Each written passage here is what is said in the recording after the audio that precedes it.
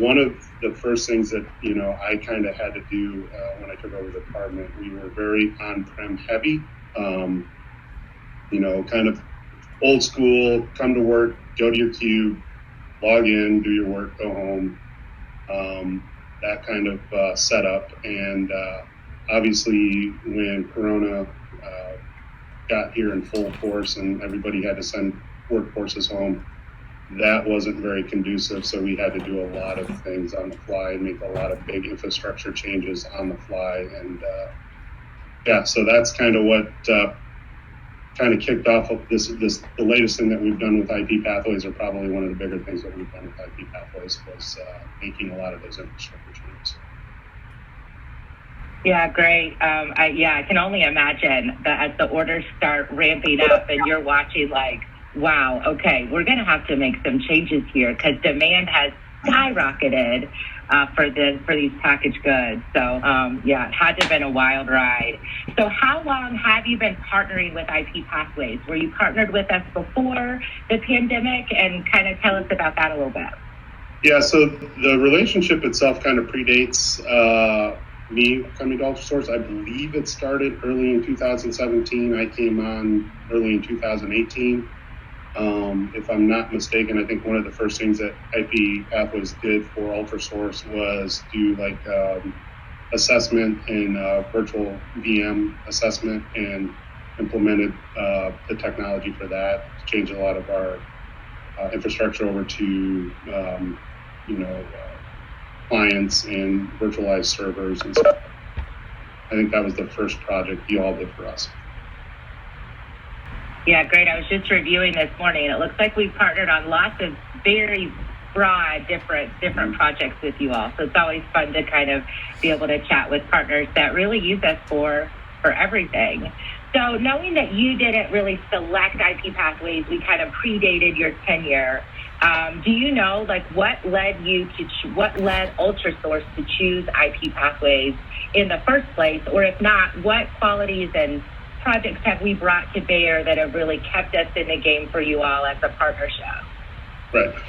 Well, I would imagine it's kind of the same for both. I can speak more to what kept me going back to IP Pathways, or built that relationship to what it is now, where we're I think of us in the true sense of the word as a partner, and I think that's the most important thing. You have a lot of companies out there that just want to sell you a service or sell you a product. They don't really talk to you about, okay, this is what this product's going to do for you, kind of get into the architecture of it. And I think that's been the really important thing for me. We run a very lean IT shop, so we rely on a lot of consultants and vendors and different companies that kind of help augment our staff. And IP Pathways has been a really good partner in that. So I think that's the thing. I mean, Jake, who's my sales rep, and then Dennis Brown, who works with most of our kind of architects and engineers, most of my requests, hey, I would like to do this. What does that look like? Or how can we execute this?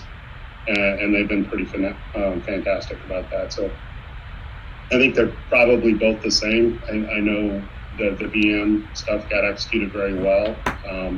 Even though that predates me, that was a discussion with Janet, who was the IT manager here before, and then, so I think start to finish, you guys have done a great job for us. We appreciate that so much. That really is, as a sales leader, that's what we talk about on a daily basis. I'm so thrilled to hear that it's happening. And that is, we don't want to just be a sales team. We really want to be that partner that really solves problems. Honestly, that's what we're here to do. So I love to hear that that's totally happening for you and bringing you back to us. So let's dive into this project. So pandemic hits, and you're like, oh my stars, we need a lot of things. I think I read that the first issue was remote access. Is that correct? And kind of walk us through what that looked like. Yeah, so as I shared, we were pretty, old school when it came to not just the technology part of it, but just the work environment part of it. So we really weren't set up for remote access. And to be quite honest, the firewall that we had at the time was not a enterprise grade firewall. It was on the docket to be replaced anyways. This just kind of kicked that ball into motion a little quicker. So kind of a very unique situation. We kind of got lucky in a lot of ways because we had been kind of running a Palo Alto firewall in parallel just to test it out, see the features, get the audit logs, see what that firewall could do for us that obviously our other one wasn't doing for us. So we had a demo unit here when the pandemic hit.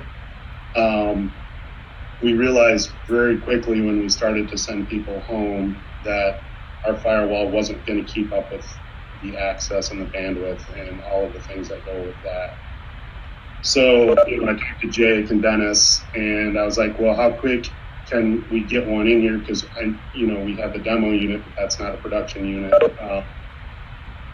And they were like, well, let me look. And, everybody was kind of in the same position, right? We've noticed that technology became very hard to get from a logistics standpoint.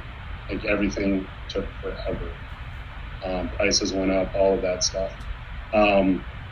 So we placed the order, but it was going to be a couple months before Palo Alto could get us a firewall. So we had to get pretty creative, and hopefully Palo Alto would play ball with us and be like, hey, we've got this unit. Do you mind if we put it in production? Because if not, at this current rate, we're going to be dead in the water.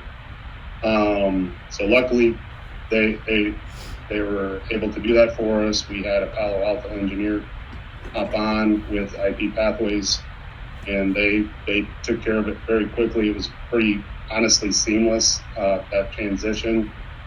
We did it overnight, came in the next morning, and it like nothing happened. We had VPN access, we had all that access that we were missing, and it was really a big time game changer for us. We would have been in a lot of trouble without it. I mean, what a wild story. So you were starting to evaluate firewalls. Our team came in and was recommending Palo Alto. You get a demo unit, and then the pandemic hits. Is that kind of how this went? Yeah. We had if I remember correctly, we got the demo unit like in December of 2019, thereabouts. We had it in place. We were going to run it for a couple months and just see what we could see.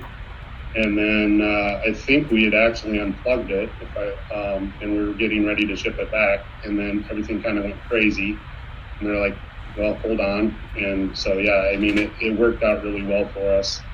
I don't want to imagine what it would have been like without it. It would have been crazy, crazier than it already was. Right, definitely. I mean, I think people are thinking, man, that guy has done some good in his life. He's got some good karma coming to him by having that work out just that way. So let's dive in a little bit into how IP Pathways help. So obviously we were already chatting about firewall solutions and helping you kind of decide what type of firewall was best for the company. And then sounds like we came in and partnered with Palo to do hands-on work, right, and convert that, air quotes, to a production system. How else did we participate in really the full solution for you during the pandemic?